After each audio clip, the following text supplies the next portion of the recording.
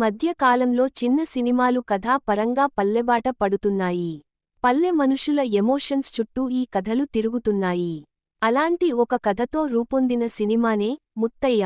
బలగం, సుధాకర్ రెడ్డి ప్రధానమైన పాత్రను పోషించిన ఈ సినిమా ఈ నెల 1వ తేదీ నుంచి ఈటీవీ విన్ లో స్ట్రీమింగ్ అవుతోంది. ఈ సినిమాకి సంబంధించిన సమీక్షలోకి ఒకసారి వెళదాం. ముత్తయ్య కథ ఒక గ్రామీణ నేపథ్యంలోని హృద్యమైన ప్రయాణం. వృద్ధుడైన ముత్తయ్య తన చిన్ననాటి కల అయిన నటుడిగా మారాలని పట్టుదలతో ఎదురెళ్లే కథ ఇది.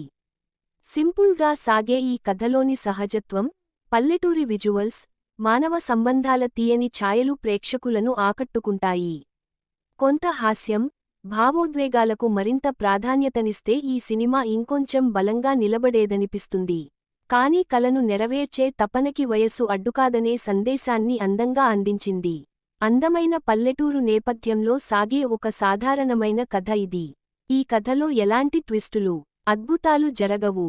కల ను నిజం చేసుకోవడానికి ఉండవలసింది తపన, పట్టుదల, అందుకు వయసు అడ్డుకాదు అనే సందేశం ఈ కథలో కనిపిస్తుంది.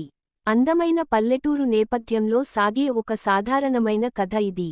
ఈ కథలో ఎలాంటి ట్విస్టులు, అద్భుతాలు జరగవు. కల ను నిజం చేసుకోవడానికి ఉండవలసింది తపన, పట్టుదల, అందుకు వయసు అడ్డుకాదు అనే సందేశం ఈ కథలో కనిపిస్తుంది. అయితే ఎక్కడక్కడా ఉండే వినోదపరమైన వెలితిని కూడా భర్తీ చేసి ఉంటే ఆడియన్స్కి ముత్తయ్య మరింత దగ్గరయ్యేవాడేమో.